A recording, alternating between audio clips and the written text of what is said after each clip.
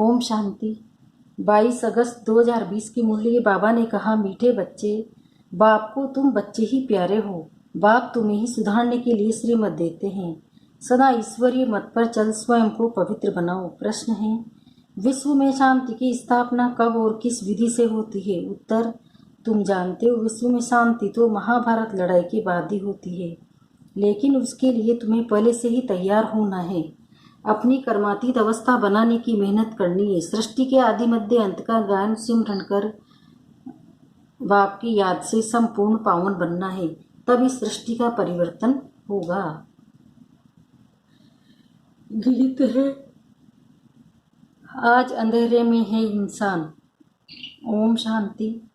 ये गीत है भक्ति मार्ग का गाया हुआ। कहते हैं, हम अंधेरे में हैं, अब ज्ञान का तीसरा नेत्र ढूंढ। ज्ञान मांगते हैं ज्ञान सागर से, बाकी है अज्ञान। कहा जाता है, कलयुग में सब अज्ञान की आसुरी नींद में सोए हुए कुंभकर्ण है। बाप कहते हैं, ज्ञान तो बहुत सिंपल है।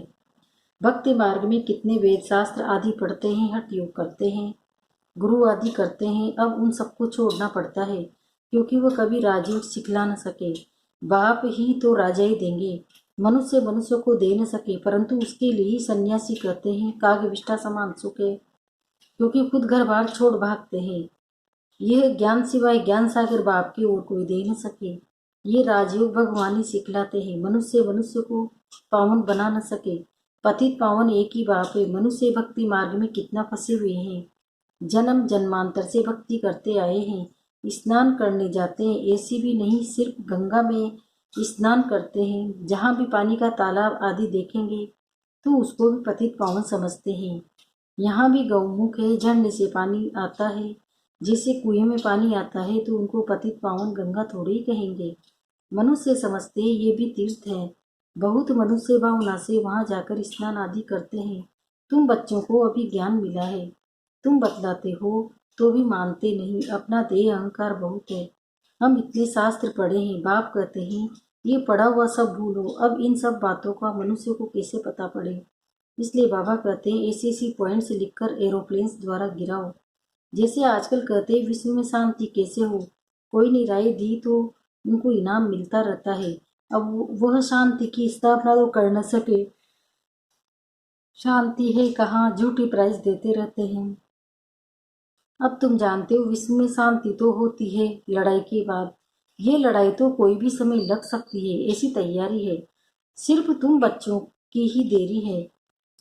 तुम बच्चे कर्मातीत अवस्था को पाओ, इसमें ही मेहनत है। बाप कहते ही मामेकम याद करो और ग्रस्त व्यवहार में रहते कमल फूल समान पवित्र बनो और सृष्टि के आदि मध्य अंत का ज्ञान सिमरण करते रहो। तुम लिख भी सकते हो, ड्रामा अनुसार कल पहले मुआफिक विश्व में शांति स्थापन हो जाएगी। तुम ये भी समझा सकते हो कि विश्व में शांति तो सतयुग में ही होती है। यहाँ जरूर अशांति रहेगी, परंतु कई हैं जो तुम्हारी बातों पर विश्वास नहीं करते, क्योंकि उनको स्वर्ग में आना ही नहीं है तो श्रीमत पर चलेंगे ही नहीं। यहाँ भी बहुत है जो श्रीमत पर पवित्र रह नहीं सकते। ऊंचते ऊंच भगवान की तुमको मत मिलती है। कोई की चलन अच्छी नहीं होती तो कहते हैं ना, तुमको ईश्वर अच्छी मत दे, अभी तुमको ईश्वरी मत पर चलना चाहिए। बाप कहते हैं, 63 जन्म तुमने विशेष सागर में गोते खाए हैं। बच्चों से बात करते हैं, बच्चों को ही बाप सुधारेंगे ना, सारी दुनिया को कैसे सुधारेंगे? बाहर वालों को कहेंगे बच्चों को समझो। बाप बाहर वालों से बात नहीं कर सकते। बाप को बच्चे ही प्यारे लगते हैं, सोतेले बच्चे थोड़े ही लगेंगे। लौकिक बाप भी सपूत बच्चों को धन देते हैं। सब बच्चे समान तो नहीं होंगे। बाप भी कहते हैं, जो मेरे बनते हैं उन्हों को ही मैं वर्षा देता हूँ, जो मेरे नहीं बनते वह हजम नहीं कर सकेंगे, श्रीमत पर नहीं चल सकेंगे।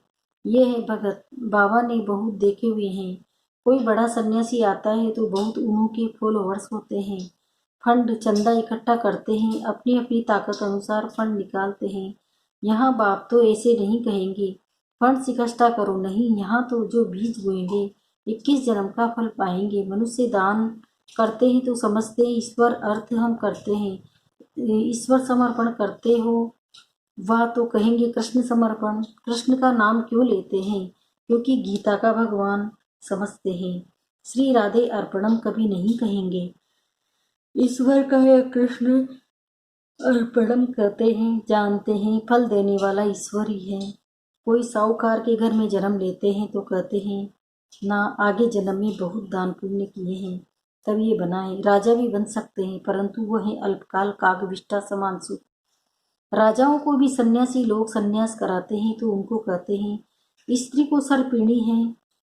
लेकिन द्रौपदी ने पुकारा दुशासन बचाओ, दुशासन से बचाओ, अब भी अबलाएं कितना पुकारती है, हमारी लाज रखो बाबा, हमको बहुत मारते हैं, कहते हैं विष दो नहीं तो खून करता हूँ, बाबा इन बंधनों से छुड़ाओ। बाप कहते हैं बंधन तो खलास होने ही है, फिर 21 जन्म कभी नहीं होना पड़ेगा। यहाँ वहाँ विकार होता नहीं है, इस मृत्यु लोक में यह अंतिम जन्म है, ये है विवश वर्ड। दूसरी बात बाप समझाते हैं कि इस समय मनुष्य कितने बेसमझ बन गए हैं। जब कोई मरता है तो कहते हैं स्वर्ग पधारा, लेकिन स्वर्ग है कहाँ, ये तो है नर्क। स्वर्गवासी हुआ तो जरूर नर्क में था, परंतु किसी को सीधा कहो तुम नर्कवासी हो तो क्रोध में आकर बिगड़ पड़ेंगे। ऐसे ऐसे को तुमको लिखना चाहिए, फलाना स्वर्गवासी हुआ तो इसका मतलब तुम नर्कवासी हो ना। हम तुमको ऐसी युक्ति बताए तो तुम सच सच स्वर्ग में जाओ, ये पुरानी दुनिया तो अब खत्म होनी है। अखबार में निकालो कि इस लड़ाई के बाद विश्व में शांति होनी है। 5000 वर्ष पहले मुआफिक वहाँ एक ही आदि सनातन देवी देवता धर्म था। वो लोग फिर कहते वहाँ की कंस जरासंधि आदि असुर थे। त्रेता में रावण था, अब उनसे माथा खून मारे। ज्ञान और भक्ति में रात दिन का फर्क है। इतनी सहज बात भी मुश्किल किसकी बुद्धि में बैठती है। तो ऐसे ऐसे स्लोगन्स बनाने चाहिए। इस लड़ाई के बाद विश्व में शांति होनी है।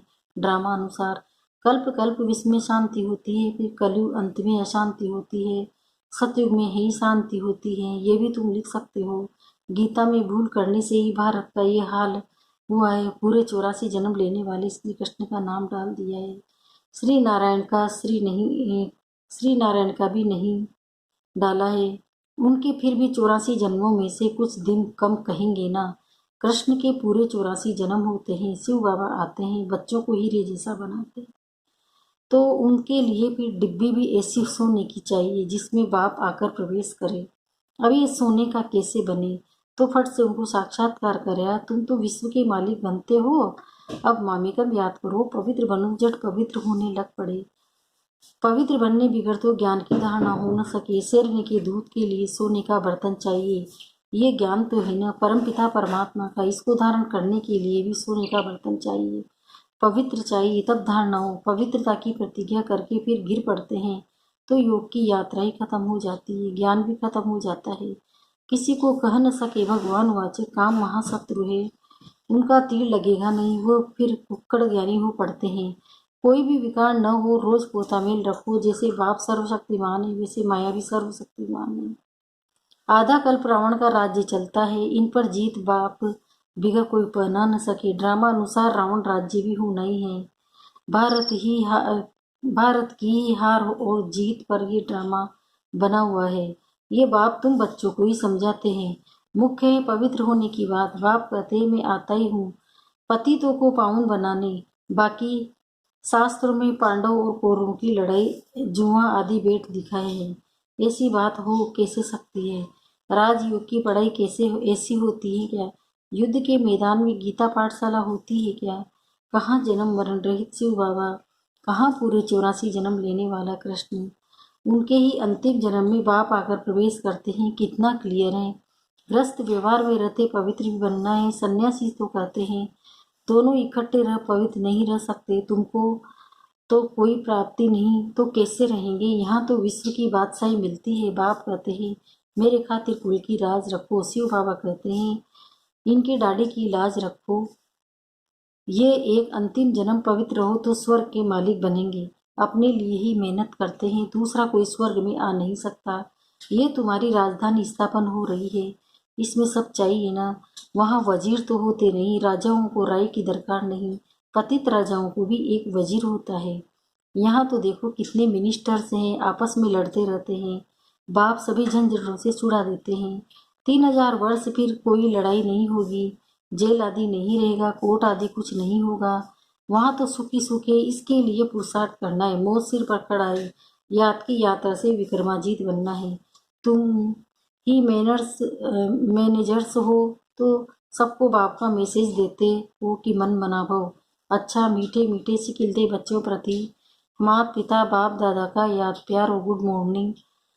रूहानी बाप के बच्चों को नमस्ते। हम रूहानी बच्चों की भी रूहानी माता पिता बाप दादा को याद प्यार गुड मॉर्निंग नमस्ते नमस्ते नमस्ते। धारणा के लिए मुख्य शुक्रिया बाबा शुक्रिया आपका पद्मा पदम शुक्रिया। धारणा के लिए मुख्य सारे पहला है ज्ञान की धारणा करने के लिए पवित्र बन बुद्धि रूपी बर्तन को स्वच्छ बनाना है, सिर्फ कुक्कड़ ज्ञानी नहीं बनना है। दूसरा है डायरेक्ट बाप के आगे अपना सब कुछ अर्पण कर श्रीमत पर चलकर 21 जन्म के लिए राजाई पद लेना है। वरदान शुद्धि की विधि द्वारा किले को मजबूत करने वाले सदा विजयी और निर्विघ्न भव। अब इसका विस्तार बता रहे हैं बाबा। इस किले में हर आत्मा सदा विजयी और निर्विघ्न बन जाए, इसके लिए विशेष टाइम पर चारों ओर एक साथ योग के प्रयोग रखो। फिर कोई भी इस तार को काट नहीं सकेगा, क्योंकि जितना सेवा बढ़ाते जाएंगे उतना माया अपना बनाने की कोशिश भी करेगी। इसलिए जैसे कोई भी कार्य शुरू करते समय शुद्धि की विधियां अपनाते हो, ऐसे संगठित रूप में आप सर्वश्रेष्ठ आत्माओं का एक ही शुद्ध संकल्प हो विजयी। ये है शुद्धि की विधि, जिससे किला मजबूत हो जाएगा। स्लोगन है युक्ति युक्त व यथार्थ सेवा का प्रत्यक्ष फल है खुशी। मातेश्वरी जी के अनमोल महावाक्य हैं। अब विकर्म बनाने की कंपटीशन नहीं करनी है। पहले पहले तो अपने पास ये एम अवश्य रखनी है कि हमको किसी भी रीति से अपने विकारों के वश नहीं करना है। तब ही ईश्वरीय सुख शांति में रह सकते हैं। अपना मुख्य पुरुषार्थ सुख शांति में रहकर औरों को शांति में लाना। इसमें सहन शक्ति जरूर चाहिए। सारा अपने ऊपर मदार है। ऐसा नहीं कोई ने कुछ कहा तो अशांति में आ जाना चाहिए, नहीं। ज्ञान का पहला गुण है सहन शक्ति धारण करना। देखो आजकल में कहते हैं भल कोई कितनी भी गाली देवे, ऐसे समझो कि मुझे कहाँ लगी।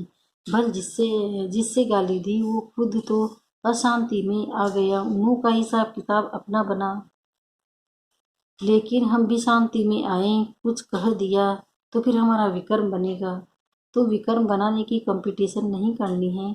अपने को तो विकर्मों को भस्म करना है, न कि बनाना है। ऐसे विकर्म तो जन्म जन्मांतर बनाते आए और दुख उठाते आए। अब तो नॉलेज मिल रही है, इन 5 विकारों को जीतो। विकारों का भी बड़ा विस्तार है, बहुत सूक्ष्म रीति से आते हैं। कभी ईर्ष्या आ जाती है तो सोचते हैं इसने ऐसा किया तो मैं क्यों न करूं। ये है बड़ी भूल। अपने को तो अभूल बनाना है। अगर कोई ने कुछ कहा तो ऐसे समझो यह भी मेरी परीक्षा है, कितने तक मेरे अंदर सहन शक्ति है। अगर कोई कहे मैंने बहुत सहन किया, एक बारी भी जोश आ गया तो आखिरी फेल हो गया। जिसने कहा उसने अपना बिगड़ा, परंतु अपने को तो न बनना है, न किसी का बिगाड़ना है, न बनाना है न बिगाड़ना है। इसलिए अच्छा पुरुषार्थ कर जन्म जन्मांतर के लिए अच्छी रीति प्रारब्ध बनानी है। बाकी जो विकारों के वश में गोया उन्होंने भूत प्रवेश है। भूत की भाषा ही ऐसे निकलती है, परंतु जो देवी सोच हैं उनकी भाषा देवी ही निकलेगी। तो अपने को देवी बनाना है, न कि आसुरी। अच्छा, ओम शांति।